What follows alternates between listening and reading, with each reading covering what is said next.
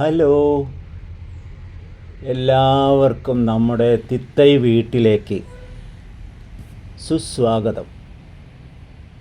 നമ്മുടെ നാട്ടിലും മലപ്പുറം ജില്ലയിലെ അരീക്കോട് സൂര്യനഗറിലെ തിത്തൈ വീട്ടിലും റംബൂട്ടാൻ ഇതാ പൂവിട്ട് കായിട്ട് പഴുത്ത് പാകമായിരിക്കുന്നു.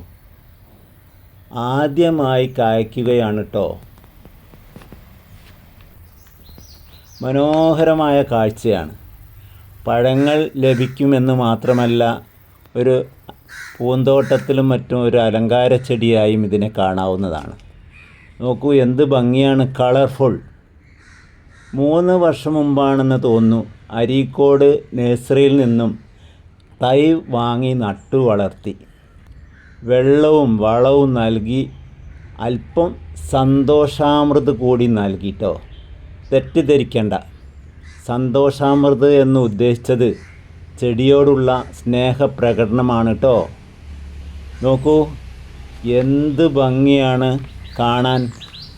അതുപോലെ തന്നെ വളരെ രുചികരമാണ്. നിങ്ങൾക്ക് തരണമെന്ന് അറിയാം, മോഹമുണ്ട്. എന്ത് ചെയ്യാം, നമുക്കൊരു കാര്യം ചെയ്യാം. നിങ്ങൾക്ക് വേണ്ടി ഞാൻ തിന്നാം. സമ്മതമാണല്ലോ. നോക്കൂ, നല്ല രുചിയുണ്ട്. നമ്മുടെ പനം പൊങ്ങ് റോഡ് സൈഡിലൊക്കെ വിൽപ്പന നടത്തുന്ന കണ്ടില്ല, അതിൻ്റെ പൊങ്ങ്. അതുപോലെ ഈ ഇളനീറിൻ്റെ കാമ്പ് പോലെ എന്ന് പറയാം. ചുരുക്കി പറഞ്ഞാൽ നല്ല രുചിയാണ് കേട്ടോ.